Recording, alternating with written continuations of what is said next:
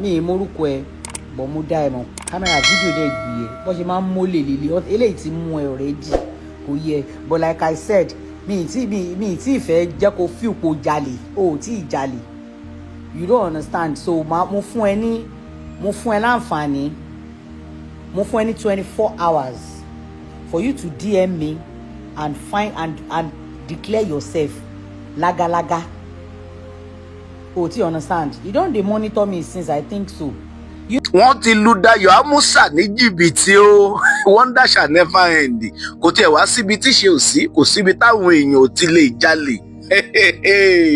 Ẹ wo ẹ̀yin èèyàn tó bá jẹ́ ìgbà àkọ́kọ́ tí ilé tẹ̀ bá ìkànnì pàdé ẹ wo ẹ ṣáà wá nǹkan fìdílé tàbí kẹ́ ẹ fìdílé nǹkan eléyìí tí mo tún mú wá yìí ó tún ṣe kí ni ó tún pẹpẹ. Dele Omo òun ló lọ síbi òde kan ibi àríyá tó lọ kọrin ẹ ṣáà mọ̀ Dele Omo náà máa kọrin àwọn èèyàn máa wò pé ṣé ó ń kọrin ni ó ń kọrin ni owó iyebíye tí wọ́n ná fún àtèyí tó wà nù láìlọ́ọ̀nù àtèyí tó wà nù gbogbo nù ṣáká lẹ́nìkan bá débẹ̀ ló bá palẹ̀ mọ́ gbogbo ẹ wo ẹ má jẹ́ tí ìjà yín ti pọ̀ ẹ ti ń tẹ́tí jù fọ́nrán ni mo mú wá fún yín ẹ̀yin náà ẹ wá ẹgbọ́n tí Dele Omo sọ ẹgbọ́n ìgbésẹ̀ tí Dele Omo ní òun máa gbé lórí ọ̀rọ̀ yìí ẹ wo àti Dele Omo ẹ wo eléyìí ẹ ṣáà má bínú náà la máa sọ Ọlọ́run ti ṣe fún yín ẹ dílé ní ṣépè àmọ́ ẹni ẹ fi ọwọ́ òfin ẹ fi gbé ọmọkùnrin náà èmi náà mo fọwọ́ sí ẹ fọwọ́ òfin gbé ẹ̀yin èèyàn ẹ má jẹ́ ń dá yín lágara ẹ jẹ́ ń gbé Dele Omo wá sójú ìwòran yín kẹ́ ẹ gbọ́ bí ọ̀rọ̀ náà ṣe ṣẹlẹ̀ gan. Ẹ má gbàgbé ẹ bá mi tẹ subscribe button yín ẹ tán notification button yín ìyẹn ní mọ̀tá yín lọ́lọ́gbọ́ gbogbo wa tàbá tẹ̀jú fọ́nrán yín sórí ìkànnì yìí ó yá ẹ̀yin èèyàn ẹ gbọ́ ọ̀rọ̀ lẹ́nu Dele Omo. Oríṣiríṣi as in serious oríṣiríṣi mo rí múhe ètè sọnù lẹ́nu. Okay, I wan make my people just gather small before I talk wetin my eyes see. Kelvin, what's up papi? I see you guys. Mo rí yín o nǹkan ṣe wọ́n lẹ́nu torí èbí kọ́ ní nǹkan ṣe. Okay, this was what happened. I went for a 40th birthday party this evening. Okay, and I was approached to perform for the celebrants, and like it wasn't planned. So I felt like okay, fine, no wahala. Omo Woli was there. Dele was the MC and one other cool guy. They were the MC. So they gave me the mic. I decided to perform 2 songs. At the end of the first song I performed, there was a prince at the party too. So he got up and then blessed me with a bill of 100 naira notes. One bill, that's 100k, right? So as at that point, a lot of people were now spraying me and all. And then one of the people that was spraying me were like, Emma Jeko yen jabo akiniko very wala ESCC blah blah blah blah blah. So someone brought a nylon bag, like so that probably they should be dropping the money inside it. Don't forget I said someone gave me 100,000 naira. So this 100,000 naira with some other notes, like there were a couple of people spraying me at the same time. Now this guy come. He was wearing a black shirt. The guy come bend down, they pick money. So my girl that was with me was like, you should stop picking. And then this guy just touched me and he said, emuwa koma ba jabo, kind of. And the 100 bill that was with me, and I gave it to him. You understand? Thinking he was going to drop it inside the nylon that was, that was carried. That when you drop, we'll see. Okay, I performed the second song, we had Mary, and all that. And I went back to my seat. All for this guy to vanish. But boy, he did 100,000 naira. No, not even 100,000. It was 100,000 naira and some other bills. Tono similar what me ufeko jabody biti àwọn èèyàn máa step on it. Sure, you understand? So that 100 naira bill and some 1,000 naira notes. Bobo ide gba lọ́wọ́ mi sha. Now, àṣírí ẹ ó máa Ọlọ́run tí ò kí ń táṣì, tí ò kí ń bo àṣírí olè. Because to me tí ẹ má ti jẹ́ kí n sọ pé ó jalè. Ẹ jẹ́ kí n sọ pé because lójú ẹ̀ wọ́n lóhun help mi ni. Ẹ jẹ́ bá yín mú dání ló sọ, right? But Ọlọ́run tó máa mú ẹ. Okay? The video Toffin record me while performing caught the guy. I intentionally describe you. You're dark. You're wearing a black shirt. Àwa ti rí ẹ nínú video. But because I don't know you, I don't have your contact, I cannot reach you. That is why I'm doing this live. Koye. In 24 hours, péré. It is not all about the money. It is the manipulative way. You understand? To ṣe sọ pé ẹ mú wá kí n bá yín dání bí ẹni pé o fẹ́ drop ẹ sínú nylon tó wà níwájú mi torí kó má bàa jábọ́ káwọn èèyàn má bàa máa step on it. Sure, you understand? In 24 hours, I'm going to share your video because by the time tí mo bá nísìnyí mi ti pè ẹ́ lólè òjì. You understand? I'm doing this video because I don't know how to reach you.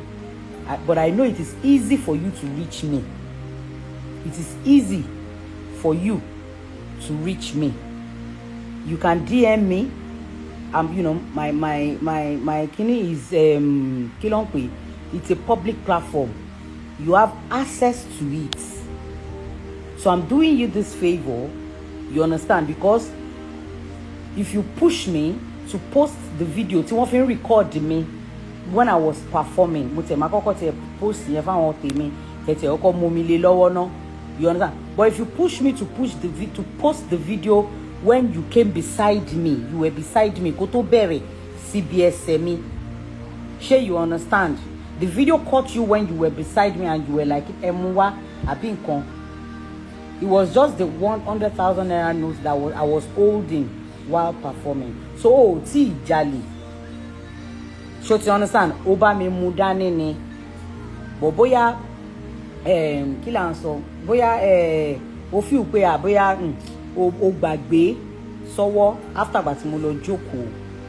But nǹkan tó bá mú mi tó bá prompt mi tí mo bá fi post video ẹ̀ tó jẹ́ pé video ẹ̀ náà fi locate yẹ ìgbà yẹn gangan ló ṣe wá jalè.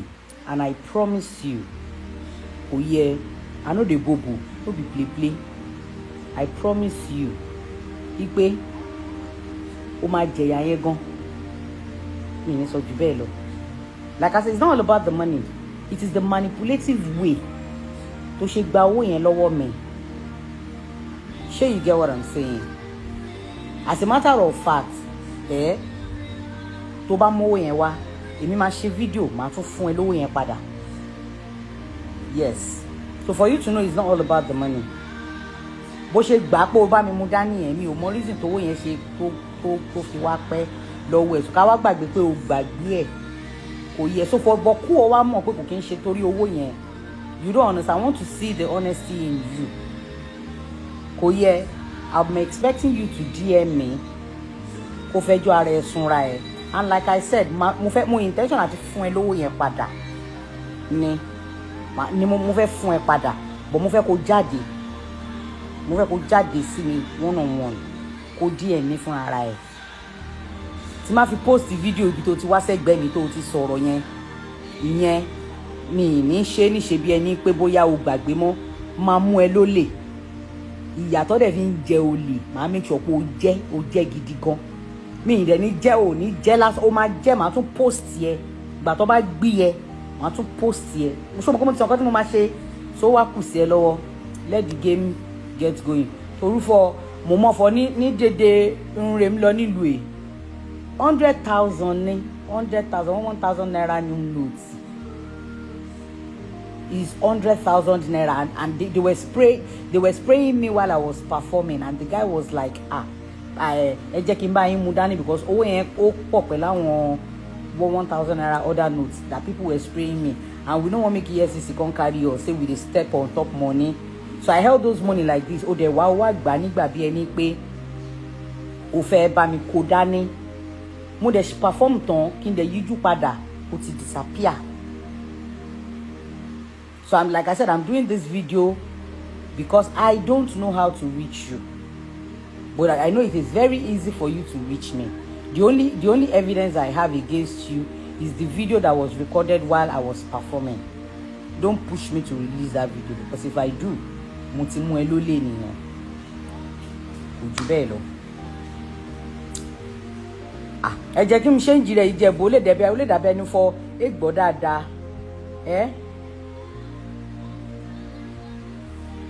King mi, ọba mi, mo rí mú he, àní àfi bí àpò tán kan lá. Ẹ mú wá, ẹ jẹ́ mo dẹ̀ mú lé lọ́wọ́. Yours truly. You don't understand. Thinking, oh, he was only really holding it for me. Make I finish the performance. Make you follow me, go where I sit down. Can't even tell me, say, mama, how far now? Oh, mo king che ora tún bu nǹkan fún pé ìwọ náà gbà kó fi mú mi. Àfi bó dẹ̀ ṣe pòórá. Ṣé kí wọ́n máa wá kiri nínú party ni? Ẹ̀yin èèyàn ẹ lé o. Sàkámàǹjẹ. Sàkámàǹjẹ tó ń kóyà jẹyàn. That was ẹ̀kọ́ wa kí n bá yín kó dání. And because of, like I said, you know, they were spraying me. Mo kọ̀ wó pé má jẹ́ kí n tẹ̀ wó bóyá mo lè rí party lára spraying yẹn. When the money was with me.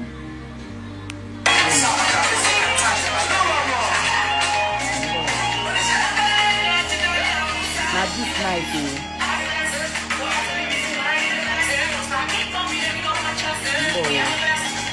oversharp Dele Omo was short.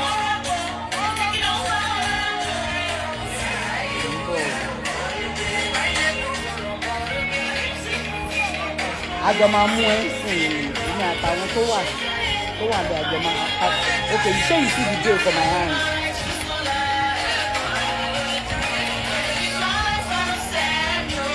Say una see the deal for my hand, yes. You know, I held it until tó wá bá mi lẹ́gbẹ̀ẹ́ mi ń bẹ̀. Mi ò rí ẹ̀yà àti Sàkámàǹjẹ náà. Someone say na Sàkámàǹjẹ.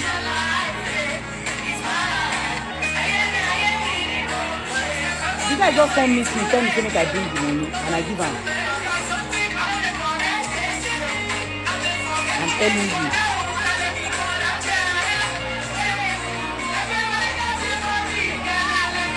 I'm telling you guys, Ọlọ́run mi ṣe é sọ.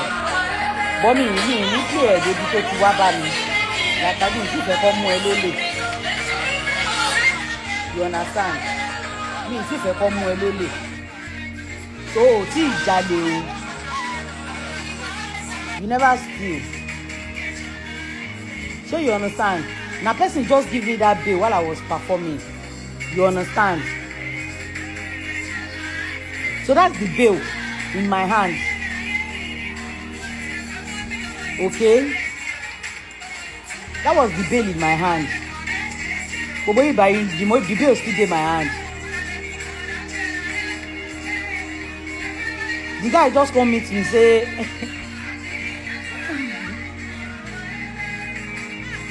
I'm as in no, me never steal. Ẹ má ti jẹ́ ká conclude post ó jalè. Èmi sì sọ pé ó jalè, ó gbàgbé ẹ̀ sọ́wọ́ ni. Kò yẹ. I don't know him from anywhere. You know all those guys wey dem go say dem dey help you for party, dey help you dey pick money. Na help you say you dey help, dey pick the money o. It's not funny. Maybe it's not about the 100K. You don't get, but the level wey this guy call just come collect the money from my hand. Ó dẹ̀ pòórá.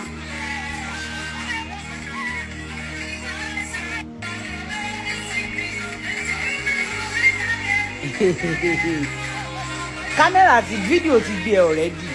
Kò yẹ, but like I said, mi ní gbé ẹ débi tí video yẹn ti gbé ẹ. Kò yẹ kí n fi bò ẹ́ láṣìírí. No, the guy was wearing black shirt. Na black shirt. I go think cut. I I go soon pause am. Ogun ẹ ò mẹ́mi o. Oh yeah.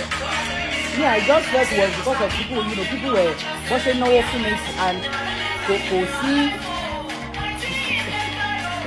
na black shirt the guy here. Camera go see the one of them, the camera video.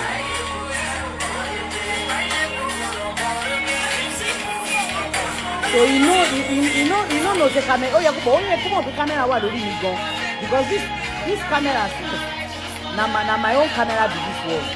Other cameras are there. You understand? It wasn't just one camera. It was multiple cameras. This one na Dele, no be Dele be the guy. No be Dele be the guy. Dele dey with me, beside me there with the other MC guy. Eh? But just in Buela City, like I said, oh, see Jale.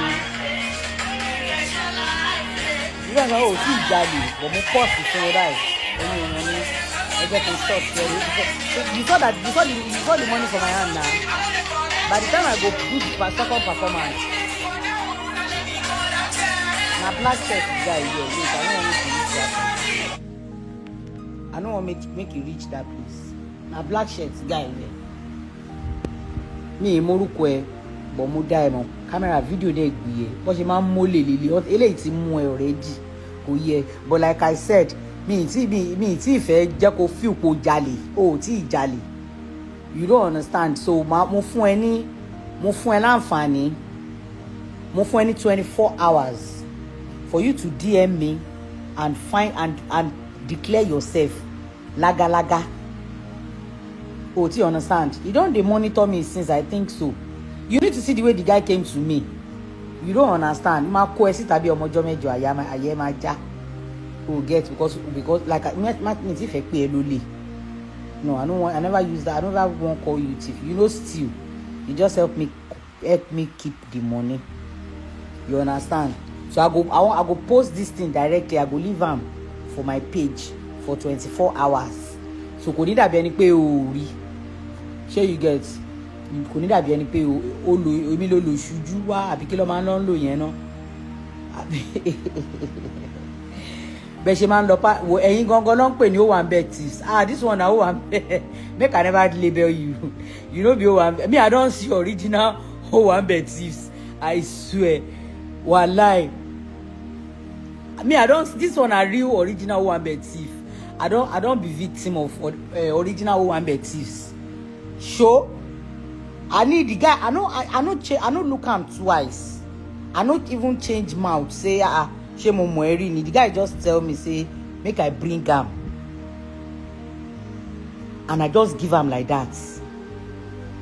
But when God go come do him, my camera with my girl they carry record me while I was performing cash out. And I'm sure other cameras that were other what's it called, videographers and bloggers, because there were some bloggers too. The gold mine was there. You don't understand. I never want cast them. If I cast them, it go look like say, like I said, I give them 24 hours. But she man mole gongon. You understand? So now, I never talk say you be thief, and I no go come out, drop that video. But I will come out. If you return the money, I'll come out and I'll let everybody just as I don't come out like this, can't declare you semi-wanted. I go come out and declare say you don't return the money and I will give you back the money. But psychologically, what do you mean bono? When you call it me, you don't understand. Tell me make I bring money and I just give her. It be like say it just talk on la. It be like say the boy just put something from out. Me rirueri. Ko she miri. You don't understand. Oba mi lojiji. Oba mi lojiji. You don't understand. No, because like I said, it's not all about the money. You understand? It's the manipulative way he went about it, and mo dance to it like mo gbegbedu. Ẹ̀yin èèyàn níbi tí ọ̀rọ̀ àǹtí Dayo Amusat níbi tá fi àdàgbà ètò wọn tá fi sọlẹ̀ sí lónìí nìyí o àti Dele Omo Woli ọ̀rọ̀ yìí mọ̀ kọ́ ni lọ́gbọ́n mọ̀ lágbára ní tá a bá sá ń ṣe ẹ jẹ́ ká máa ṣọ́ra ṣe o ilé ayé gbẹgẹ́ o ẹ jẹ́ ká máa ṣọ́ra ṣe ní tó bá lè bà wá lórúkọ jẹ́ tó lè sọmọlúàbí wa dọmọ búburú ẹ mọ̀mọ̀ já ṣe ẹ wo ẹ̀yin olólùfẹ́ Kúnlé Ìjẹ̀ṣà níbikíbi tẹ́ ẹ̀ ti ń gbọ́ mi tẹ́ ẹ̀ ti ń wò mí lágbára Ọlọ́run Elédùmarè ojú tẹ́ ẹ̀ fi ń wò mí ojú náà ò ní fọ́ o etí tẹ́ ẹ̀ fi ń gbọ́ mi etí náà ò ní dì ohun rere bí ìyè létí yín mi á gbọ́ o ẹ wo fáǹfààní ẹ̀yin tẹ́ ẹ̀ tí subscribe sórí ètò Kúnlé Ìjẹ̀ṣà ẹ subscribe sórí ètò Kúnlé Ìjẹ̀ṣà kẹ́ lè mọ̀ jàǹfààní bàbá tó ṣe é mú gbogbo nǹkan tó ń lọ káàkiri orílẹ̀-èdè Nàìjíríà wá sí etí ìgbọ̀yín ẹ share fọ́nrán ẹ share rẹ̀ káàkiri gbogbo àgbáyé kó kan gbogbo ọ̀n tẹ́ẹ̀tì mọ̀ kó kàn lára ẹ wo orí ètò Kúnlé Ìjẹ̀ṣà ní wà o ire lójú owó rí o ire lójú ọlá rí ire lójú gbogbo wa mọ̀ rí o lágbára Ọlọ́run Elédùmarè ire o ó dìgbà.